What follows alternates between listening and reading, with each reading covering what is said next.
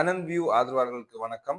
இன்றைய காணொலியில் நாங்கள் என்னத்தை பற்றி பார்க்க போறோம்னு சொன்னா, அதிரடியாக கட்டப்பட்டு கொண்டிருக்கும் இந்த கற்கோலம், அதாவது வடமராட்சி கற்கோலத்துல இருக்கிற மிகவும் பெரிய பழமை வாய்ந்த ஒரு இராணுவ முகாமை பற்றியும்,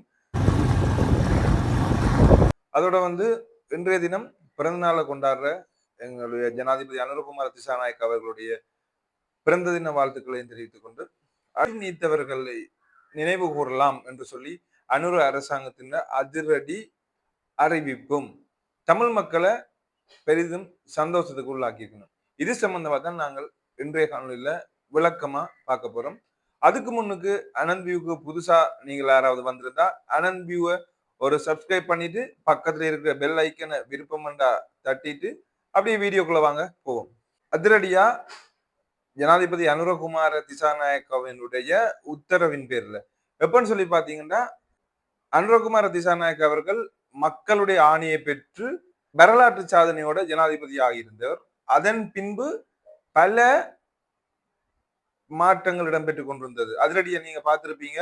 அவர் வந்த உடனே நிறைய நிறைய மாற்றங்கள் எல்லாம் செய்யணும். அப்படி மாற்றம் ஒன்றுதான் மாறாதுன்னு சொல்லுவீங்க. அதே மாதிரி அவர் வந்ததுல இருந்து ஒரே மாற்றம் தான் இலங்கையில. வடக்குல ஃபுல்லா மாற்றம், தெற்குல மாற்றம், இலங்கை ஃபுல்லாவே மாற்றம். பல பல மாற்றங்களை நீங்க பார்த்திருப்பீங்க. அதுல இந்த தமிழ் மக்களுக்கு மிகவும் இனிப்பான ஒரு விஷயம், தமிழ் மக்களை சந்தோஷப்படுத்துற விஷயம் என்னன்னு பாத்தீங்கன்னா, அவர் ஆல்ரெடி சொல்லியிருந்தவர் தான் பாராளுமன்ற உறுப்பினர்களுடைய தேர்தலுக்கு யாழ்ப்பாணத்துக்கு வந்த போது சொல்லியிருந்தவர், நாங்கள் வெற்றி பெறுவோம் என்றது வடக்குக்கு வேற அந்த செய்தி வரையில. அப்படி இருந்தும் வடக்கு மக்கள் எனக்கு ஆதரவளிச்சு என்ன ஜனாதிபதி ஆக்குனதுக்கு நன்றி. அது தெரியாமலே இவ்வளவு வாக்களிச்சு நீங்கள் இந்த பாராளுமன்ற தேர்தலுக்கு எனக்கு தர ஆதரவு மூலமா எனக்காக நீங்கள் வாக்களிப்பீர்கள் சொல்லி அவர் சொல்லியிருந்தவர். ஆனா அவர் பட்சபாதம் இல்லாத ஒரு மனுஷன். என்னன்னு நீங்க பாத்தீங்கன்னா, தமிழ் மக்களுக்கு ஒரு நீதி, சிங்களவர்களுக்கு ஒரு நீதி, முஸ்லிமுக்கு ஒரு நீதி அப்படி என்று அவர் செய்யல. எல்லா மக்களையுமே ஒட்டு மொத்தமா அதான் அவர் சொல்லியிருந்தார்.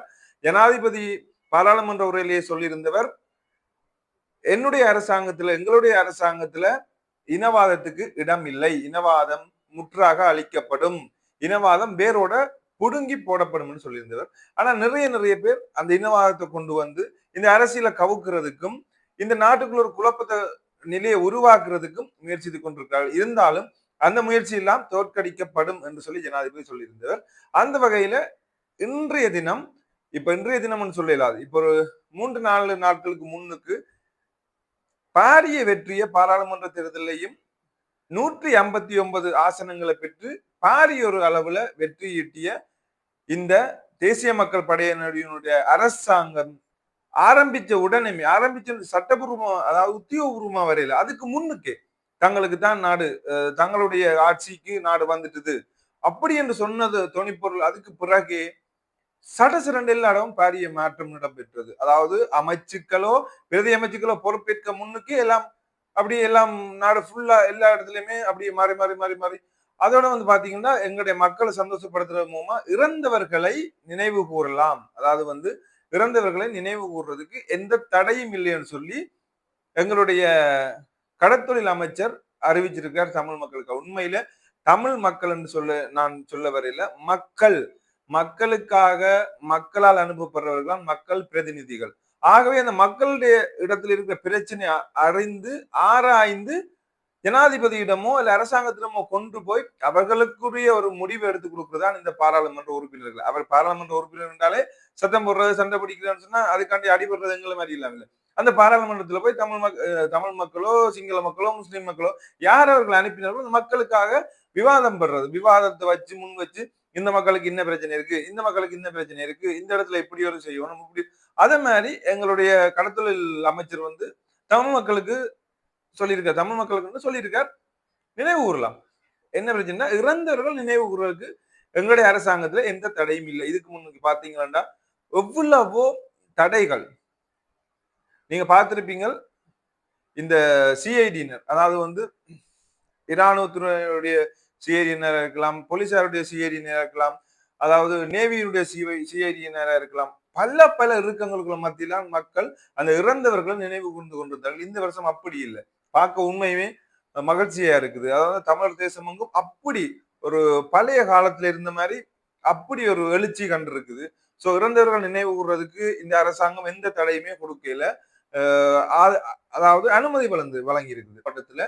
வடமராட்சி பருத்தித்துறையில மிகவுமே பழமை வாய்ந்த ஒரு 35 ஆண்டுகளுக்கு மேலாக இருக்கின்ற இந்த கெட்கோவில் பெரிய கிட்டத்தட்ட 2 ஏக்கர் அளவு இடத்துல ஒரு ராணுவ முகாம் அமைச்சிருந்தவர்.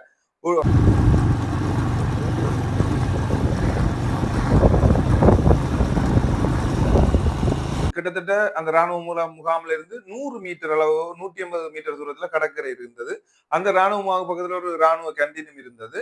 இப்ப அதெல்லாம் அகற்றினோம் அதிரடியா. ஏன்னா அது வந்து தனியாருடைய காணின்றதால ஏற்கனவே பழைய அரசாங்கங்கள் எல்லாம் அதுக்கு எதிராக போராட்டங்கள் நடந்திருந்தது.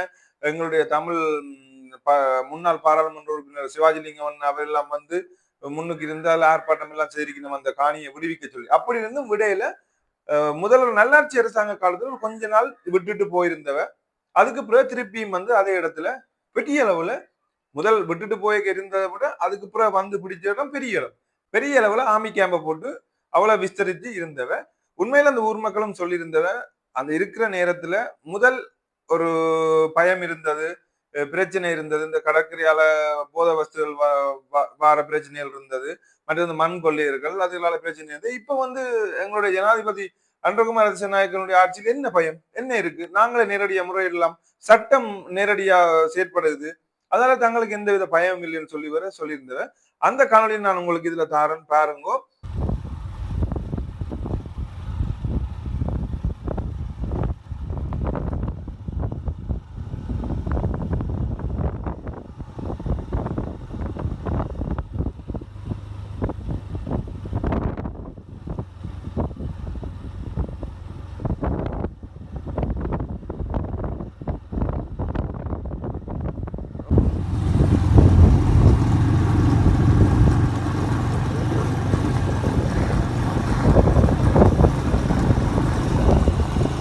ஜனாதிபதியின் அதிரடி உத்தரவுல இந்த கற்கோள முகாம் அதாவது தனியாருடைய காணியில் இருக்கிறதால விடுவிக்க சொல்லி 14 நாள் அவகாசம் கொடுத்திருந்தவ. இன்றைக்கு வந்து பாத்தீங்கன்னா ஒரு 4 நாள் 5 நாள் ஆகுது. அந்த ஆர்மி கேம்ப் எல்லாம் அப்படி ஃபுல்லா டோசர் பெரிய இடத்துல இருந்தது. டோசர் போட்டு உடைச்சு அந்த பக்கத்துல இருக்கிற கேண்டீன் அதெல்லாம் கலட்டி வேலை நடந்து கொண்டு இருக்குது. ஆனா நாங்கள் இதுல காணொலி எடுக்க விரும்பினம் இல்லாத காணொலி எடுக்க வேணாம். அப்படி இருந்து நான் அந்த ரோட்ல உங்களுக்கே பார்க்க அந்த காணொலியை பார்க்க தெரியும்.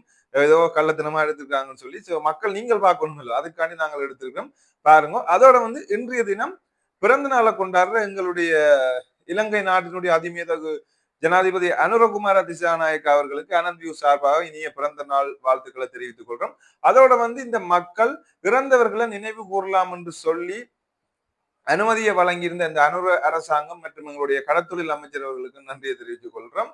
அதோட வந்து இப்படியான வீடியோக்களை நீங்கள் பார்க்கணுமா கண்டிப்பா அனந்த் வியூவை சப்ஸ்கிரைப் பண்ணி வச்சிருங்க. அடுத்தடுத்த வீடியோல உங்களை சந்திக்கிற வரை உங்களிடமிருந்து விடைபெற்றுக் கொள்ளும் நான் உங்கள் அனந்த் வியூ. நன்றி மக்களே.